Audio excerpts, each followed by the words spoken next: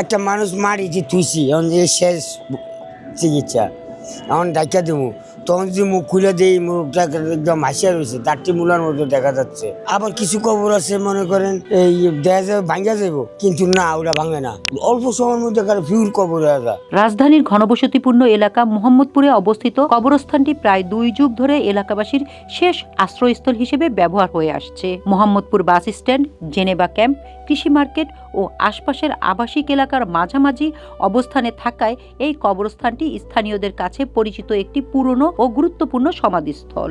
একটা মানুষ মারি যে থুইছি এখন যে শেষ চিকিৎসা এখন ডাক্তার দেবো তখন যদি মুখ খুলে দিই মুখটা একদম হাসিয়া রয়েছে তারটি মূলার মতো দেখা যাচ্ছে, তখন ওর জন্য একটু আফসোস অবশ্যই লাগে। কিছু কবর আছে মনে করেন ভালো কবরটা ভিউর ভালো সুন্দর দেখা যাচ্ছে, কিন্তু ওই কবরটা কাটার পরে দেখছি যে ভাঙ্গিয়া চুরিয়া মানুষের গায়ের লোহাটা সব পড়ছে নিচে। আবার কিছু কবর আছে মনে করেন এই দেখা যাবে ভাঙ্গিয়া যাব, কিন্তু না ওটা ভাঙে না, অল্প সময়ের মধ্যে ফিউর কবর হয়ে যায়। ওর একটা কবর কাটতে দুজনের এক দুপুরে লেগে যায়। আমি যেভাবে মারি দিই এইভাবে নিয়ে কবর কাটতে আমার মারি দিতে পারবো, আমার লাশ নিয়ে মানুষ টুকাই পাইবো খুঁজা পাইবো।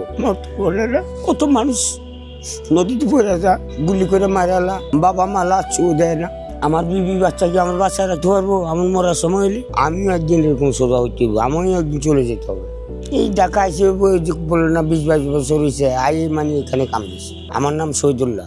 স্থানীয় সূত্র এলাকাবাসীদের ভাষ্যমতে 2000 সালের কিছু পর থেকেই এই কবরস্থানটিতে নিয়মিত দাফন কার্যক্রম শুরু হয়। মোহাম্মদপুর এলাকায় জনবসতি বাড়তে থাকলে সর্বসাধারণের দাফনের জন্য এই জমিটি কবরস্থান হিসেবে ব্যবহারের সিদ্ধান্ত নেওয়া হয়। এরপর ধীরে ধীরে এটি মোহাম্মদপুরের আশেপাশের এলাকার মানুষের শেষ ঠিকানায় পরিণত হয়। এই কবরস্থানে দাফন করা হয়েছে মোহাম্মদপুরের সাধারণ বাসিন্দা সহ ছিন্নমূল ও অসহায় মানুষ ও অজ্ঞাত পরিচয় ব্যক্তিদের মরদেহ।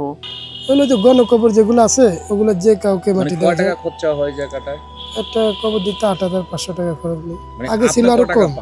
আপনি কত টাকা পান? আমরা বেতন পাই ওই রোজ হিসাবে আর মাসে কি হিসাব আর কি। মানে রোজ হিসাবে কত টাকা? রোজ হিসাবে 500 টাকা। 500। আমরা আছি 10 জন।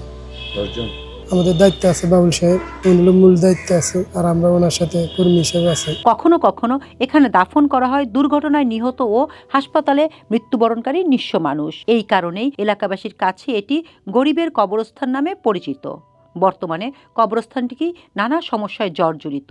অনেক পুরনো কবরের কোনো চিহ্ন নেই। কবরগুলোর মাঝখানে চলাচলের রাস্তা সংকুচিত। পর্যাপ্ত আলো ও নিরাপত্তার অভাব। বর্ষা মৌসুমে জলাবদ্ধতা হয় এখানে। তবুও প্রতিদিন এখানে নতুন করে দাফন করা হচ্ছে মরদেহ।